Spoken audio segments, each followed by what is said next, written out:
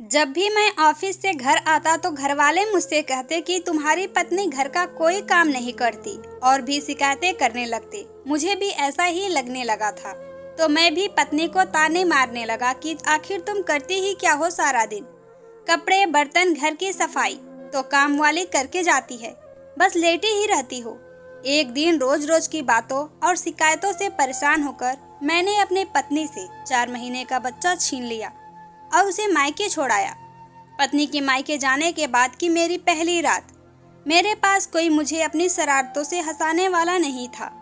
मेरा बेटा जरूर था, जिसे मैंने अभी अभी फीडर देकर सुला दिया था। दूध पिलाने से लेकर बच्चे को सुलाने तक मुझे क्या क्या करना पड़ा, मैं उसका विवरण करना चाहता हूँ। मैं उठा और रसोई घर की तरफ भागा गया। फीडर को धोकर चूल्हे पर पानी चढ़ाया और फीडर को उबाला।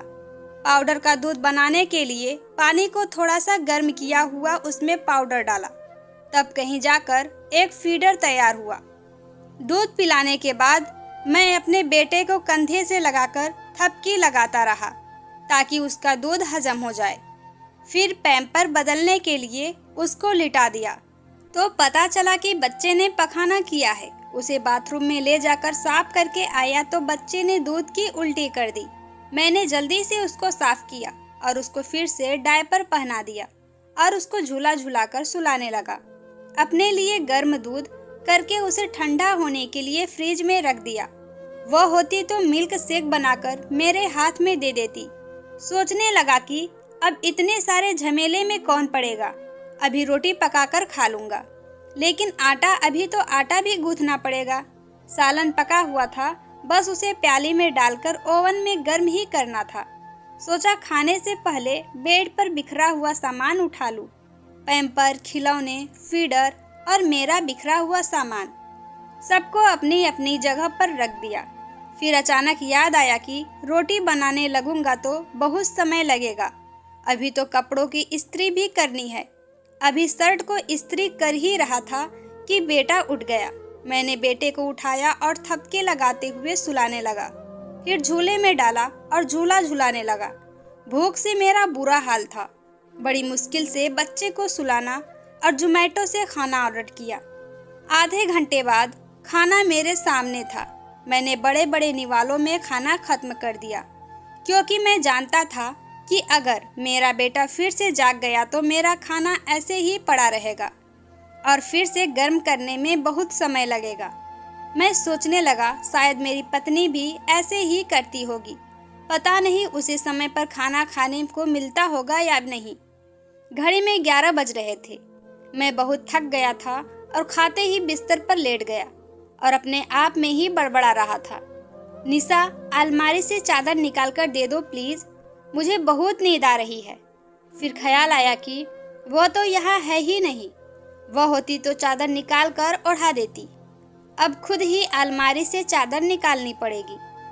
अभी मैं इतना सोच ही रहा था कि बिजली चली गई और पंखा बंद हो गया।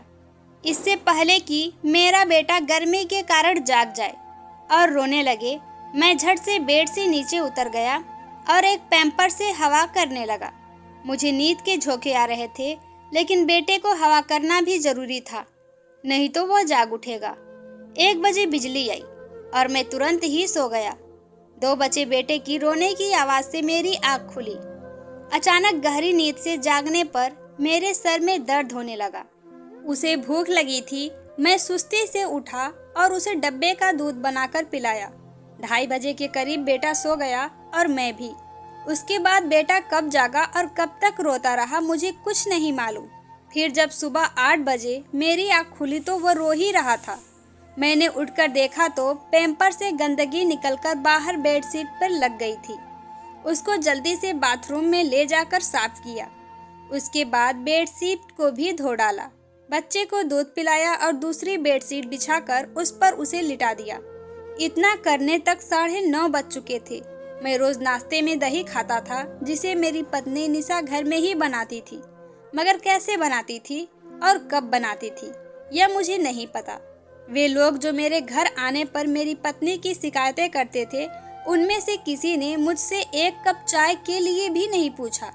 मैंने खुद चाय बनाने के लिए बर्तन में दूध डाला और सोचने लगा कि ऐसा कौन सा समय होगा जब निशा व्यस्त नहीं थी मेरी सेवा में। उसने कभी कोई कमी नहीं आने दी। घर में सिर्फ 3 काम ही तो नहीं थे जिसके लिए मैंने नौकरानी रखी थी। एक बच्चे को संभालना ही काफी था उसे थकान से चूर करने के लिए, लेकिन वह तो मुझे समय पर खाना देती रहती। मैं थक जाता तो मेरे हाथ पांव भी दबाती, मैं उदास होता तो मुझे हंसाती। अगर मुझ पर काम का दबाव होता या मैं परेशानी में होता तो मेरी हौसला बढ़ाती। मैं यही सोचता रहा कि दूध उबलकर सेल्फ पर आ गया। मैं धीरे धीरे सेल्फ कपड़ा लगाने लगा और उन ताने भरे प्रश्नों को सोचने लगा जो मैं निशा से पूछा करता था कि तुम करती क्या हो सारा दिन, तुम्हारा बदन क्यों इतना दर्द करता है, तुमने कौन से पहाड़ उठाए हैं जो इतनी थक जाती हो। मेरे ताने सुनकर वह करवट लेती और शायद आंसू बहाती, पर मैं जालिम इंसान ने उसकी परवाह ही नहीं की।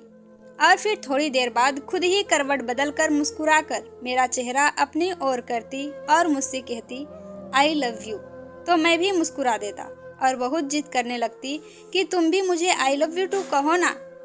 मुझे निशा की प्यारी प्यारी शरारतें याद आने लगी। सुबह के 10 बज गए थे और नींद पूरी न होने के कारण मैंने ऑफिस से छुट्टी ले ली थी और वह सब लोग अपने अपने कमरों में बैठे थे जो मुझे कल ही कह रहे थे कि तुम्हारी पत्नी घर का कोई काम नहीं करती, चाय नाश्ता पूछना तो दूर की बात।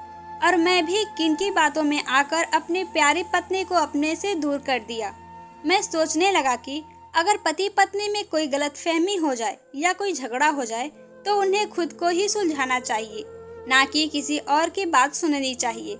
मैंने अपने बच्चे को गाड़ी में डाला और गाड़ी उन रास्तों पर दौड़ाई जो रास्ते मुझे हमेशा के लिए मेरी निशा के साथ जोड़ने वाले थे। वहां पहुंचकर मैंने दोनों हाथ जोड़कर निशा से माफी मांगी। ओ मेरी निशा, तुम इतनी अच्छी कैसे हो सकती हो? तुमने मुझसे कोई शिकायत ही नहीं की और खुशी खुशी मेरे साथ वापस आ गई। प्यारे दोस्तों, अपनी पत्नी को समय दे, उसका आदर और सम्मान करे, उसे प्यार करे। वह अपने माता पिता, अपने बाबुल का आंगन छोड़कर आपके साथ बिल्कुल नए परिवार में अपना जीवन बिताती है। वह आपसे बिना वेतन लिए आपकी और आपके माता पिता की सेवा करती है, बिना लालच के आपके और आपके बच्चों का और अन्य परिवार वालों का ख्याल रखती है। और बदले में उसे क्या मिलता है यह तो सभी जानते हैं। अगर वीडियोस पसंद आई हो तो हमारे चैनल को लाइक और सब्सक्राइब करना ना भूलें।